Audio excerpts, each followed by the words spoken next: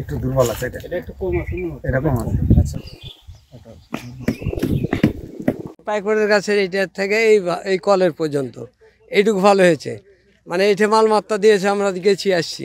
আর ওই যে ওখান থেকে ভাটার ওখানিকে দিয়েছে, বাকিটা ওদিকে ওই হাল বেয়া খালি মই দিয়ে দুবার করে ডলে গেছে, আর কিছুই দেয় না, মাল মিটেছে। ওই যে একটা ডোভা আছে, ওখানে রাবিশ হয় না, ওই রাবিশটিও মাটিটি ফেলে দেয়নি, দেখছেন গা, ডোভাটা ডোভাই আছে এখনো।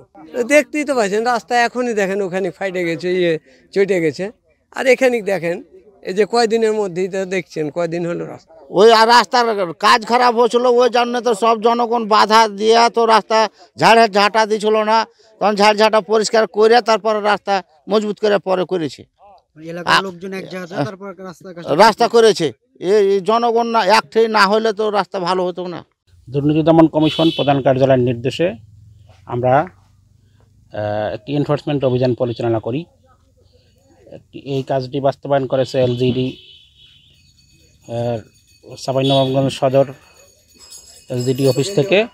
এই কাজটির দূরত্ব 2500 মিটার।